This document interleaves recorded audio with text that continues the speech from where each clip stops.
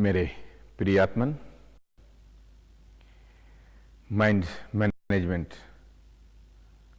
वर्कशॉपको जुन हामी चर्चा गर्दै थिए, आर्ट अफ ब्लिस, आनन्द प्राप्तिको उपायको एउटा सूत्र बाँकी छ, त्यसको हामी अहिले व्याख्या गर्न गइरहेको छु। त्यो छ अपरिग्रह। यो जुन अपरिग्रह शब्द छ, प्राचीन कालदेखि नै आइरहेछ। यो उपनिषदको शब्द हो,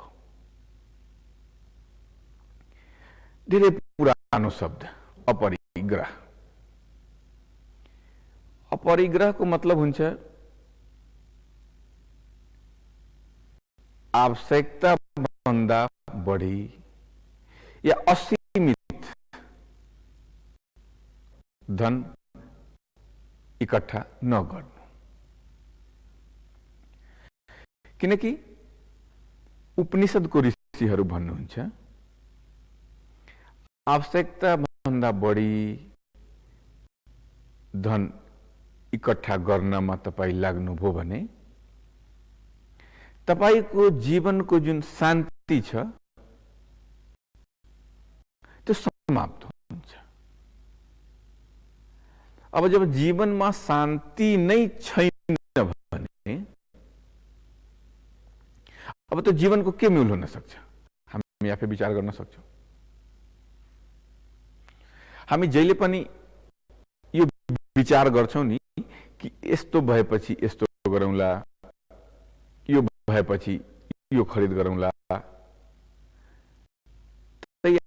तयारी मा नै जीवन व्यतीत हुन्छ। हामी मर्छौं आनन्द र शान्तिसित मुलाकात नै हुँदैन।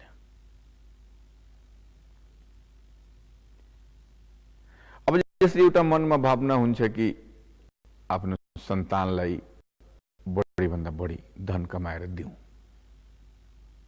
तर यस सम्बन्धमा ऋषि भन्नुहुन्छ कि कुनै पनि स्थितिमा आफ्नो सन्तानको लागि धन इकट्ठा गर्न पर्दैन। किनकि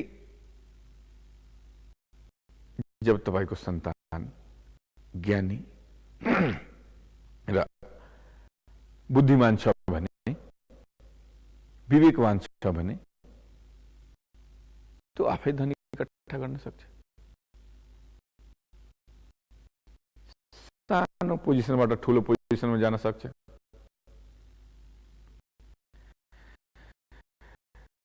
र अज्ञानी छ, मूढ छ, राम्रो बानी छैन, त्यो लाखौं लाख करोड करोड रुपियाँ दिनुस्, त्यो सबैलाई नष्ट गरिदिन्छ। किनकि असफल हुने जुन मान्छे छ नि, जुन काम गर्न सक्छ त्यसमा लाग्दैन, मात्र जुन काम गर्न सक्दैन त्यसैमा लागिरहन्छ। यो कुनै पनि समाजको विकासमा, राष्ट्रको विकासमा अपरिग्रह धेरै उपयोगी र लाभकारी पनि हुन्छ। किनकि वर्तमान समयमा यो अपरिग्रह नभएको कारणले मात्रै असमानताको स्थिति आएछ र यो असमानता अराजकताको स्थिति पैदा गरेछ र यो अराजकता अशान्ति पैदा गरेछ। पूरा विश्व नै अशान्त भएको छ।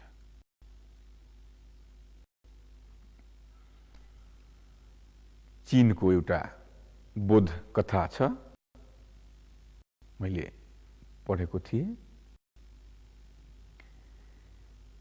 त्यहाँ एकजना सन्त हुनुहुन्थ्यो, लाओ त्से, एकदमै महान आत्मा। एकपटक के भएछ, त्यहाँको प्रधानमन्त्रीले उहाँको बानी बेहोरा हेरेर उहाँलाई कानुन मन्त्री बनाइदिएछ। अब जुन दिन नै कानुन मन्त्री हुनुभयो त्यही दिन एउटा मुद्दा उहाँको दरबारमा आयो।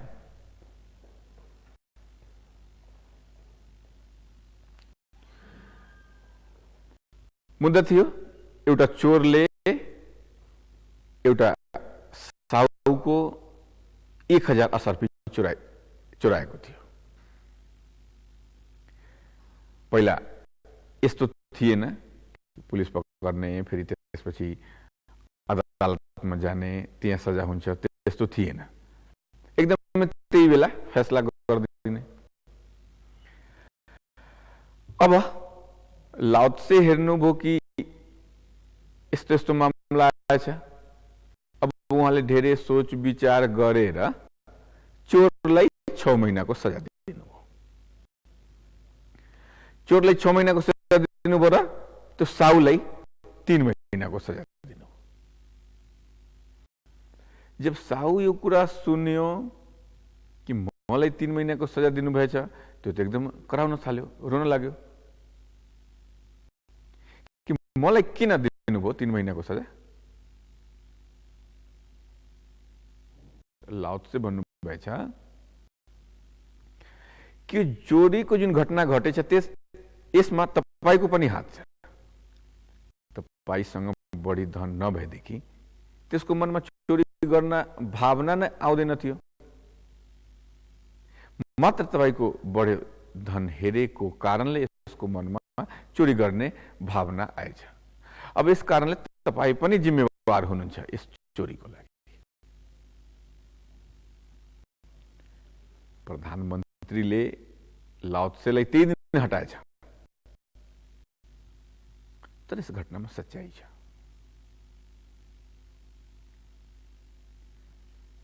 एक व्यक्ति अन्नको अभावमा मरिरहेछ। एक व्यक्ति यति अन्न खान्छ कि त्यस कारणले त्यसलाई बिमारी भइरहेछ र त्यस अन्न खानको कारणले पनि मरिरहेछ। यस्तो असमानता हाम्रो जीवनमा अहिले व्याप्त छ, हाम्रो समाजमा व्याप्त छ। अब हामी एउटा अनिश्चितताको दौरमा हुन्छौं नि कि भविष्यमा के हुन्छ, कसरी जीवनयापन गर्ने या कोही समस्या भएमा के गर्ने। ठीक छ, त्यसको लागि पनि धन इकट्ठा गरौं। वेद त भन्छ कि आफ्नो भविष्यको लागि पनि अलिकति जम्मा गरेर राखौं। यहाँसम्म कि कोही तपाईको साथीहरू, कोही मित्रहरू, कोही रिश्तेदारहरू कुनै बेला तपाईसित सहयोग लिन आउँछ पैसाको लागि। अब बढी अपेक्षा लिएर आयो, त्यो बेला तपाईँ पैसा या कुनै सहयोग गर्नु भएन भने यो पनि नराम्रो कुरा छ। यस कारणले अलिकति धन बचाएर उनीहरूको लागि पनि राख्नुपर्छ जसले तपाईसित अपेक्षा गरिरहन्छ।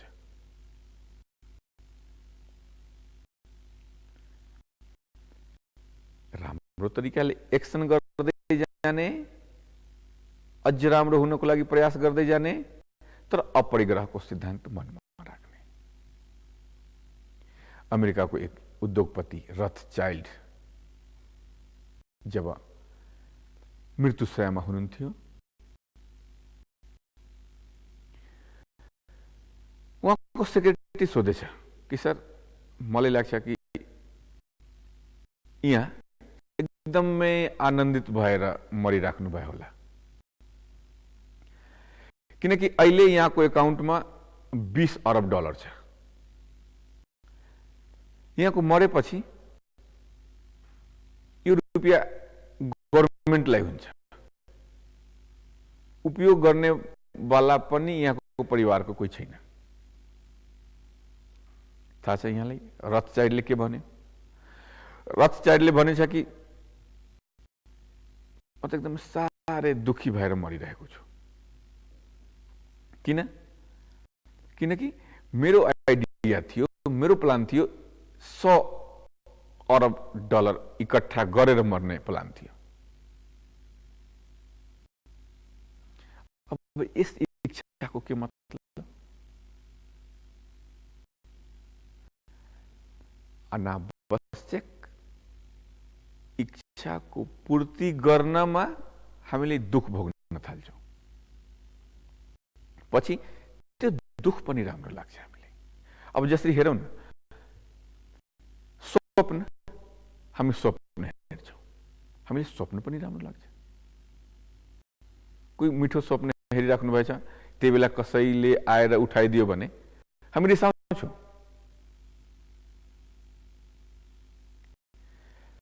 हामी असत्य र मानसिक गुलामीको शिकार भएको छौँ। यस कारणले स्वप्नसित पनि हामी प्रेम गर्छौँ र अनावश्यक इच्छा पूर्ति गर्नमा लागिरहन्छौँ।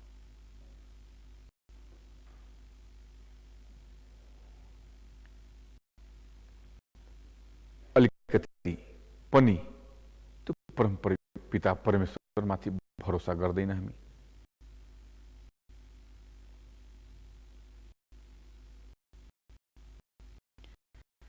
एउटा सानो कथा यहाँले भनौँ, बडो प्रेरणादायक यो कथा छ। एक राजा हुनुहुन्थ्यो, राजाको नाम थियो निषाद राज। रामायण कालको यो घटना छ। एक पटक राजा निषाद राजको मनमा यो भाव आयो कि मेरो मृत्यु भएन भने कस्तो राम्रो हुन्थ्यो। अब यस बारेमा उहाँ ब्रह्मऋषि नारदजीसँग सल्लाह मशवरा गर्नुभएछ। नारदजी भन्नुभयो कि निषाद राज, यस कुरामा म तिमीलाई कोही हेल्प गर्न सक्दैन, बरु उपाय भन्न सक्छु। तिमी के गर भने, तपाईको जुन नाति छ नि वेद व्यास, म भन्दा बढी यस काममा तपाईले सहयोग गर्न सक्छ। सबै कुरा भनेर नारद मुनि जानुभयो। अब केही दिनपछि निषाद राजको नाति वेद व्यास उहाँसँग भेट्न आएछ। अब उहाँ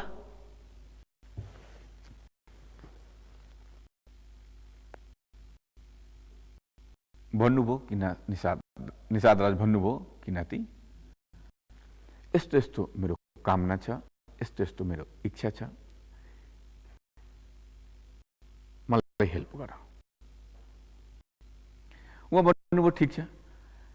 अब दुवैजना कालसित भेट्न जानुभयो।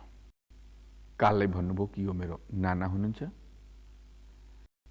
यसलाई मर्ने इच्छा छैन, यस कारणले यसलाई यहाँलाई छोडिदिनुहोस्। कालले भन्यो कि म केही गर्न सक्दैन, यहाँहरूले दूतसित भेट्नुपर्छ, यमदूतसित भेट्नुपर्छ। किनकि दूतले नै टाइम फिक्स गर्छ, त्यसपछि काल हामी आउँछौँ। सबैजना दूतसित भेट्न जानुभयो। दूतलाई सबै घटना सबै कुरा जब भन्नुभयो, भनेपछि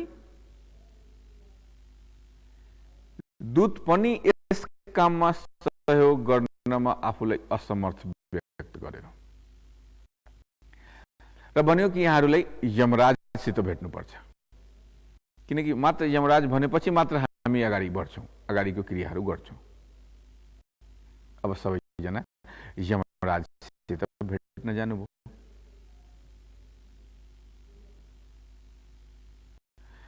यमराजलाई जब सबै कुरा भन्नुभयो, यमराज पनि आफूलाई यस काममा सहयोग गर्नमा असमर्थ पायो, भन्यो म केही गर्न सक्दिनँ। यहाँ सबैजनालाई सातौं आसमानमा एकजना विमाता बस्नुहुन्छ, उहाँसँग भेट्नुपर्छ।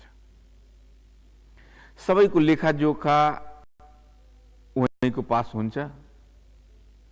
अब मृत्युको कारण पनि उहाँ लेख्नुहुन्छ, यस कारणले उहाँ सहयोग गर्न सक्नुहुन्छ। अब सबैजना फेरि त्यहाँ जानुभयो विमातासित भेट्न। अब त्यहाँ गएपछि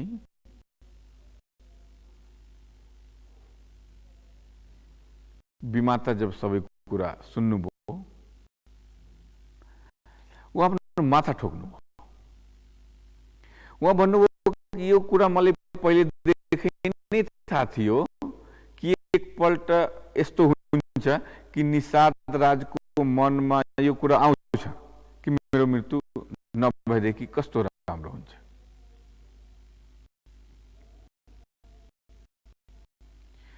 म पनि विचार गरेँ कि यो एकदमै धार्मिक, सामाजिक र राम्रो राजा था। अब इस कारणले यसको मृत्यु नहोस् र एकजनाको मृत्यु नभएमा के हुन्छ। यस कारणले मैले यहाँको मृत्युमा यस्तो कारण लेखिदिएको थिए कि कुनै पनि कालमा, कुनै पनि स्थितिमा यो कारण पूरा हुँदैन र यहाँको मृत्यु पनि हुँदैन। कारण के लेखिदिएको थियो कि जुन दिन निषाद राज, वेद व्यास, यमदूत, काल र यमराजलाई लिएर मेरो अगाडि आउँछ, त्यही दिन त्यसको मृत्यु हुन्छ। यो सुन्ने बित्तिकै त पहिला निषाद राजको मृत्यु भएछ।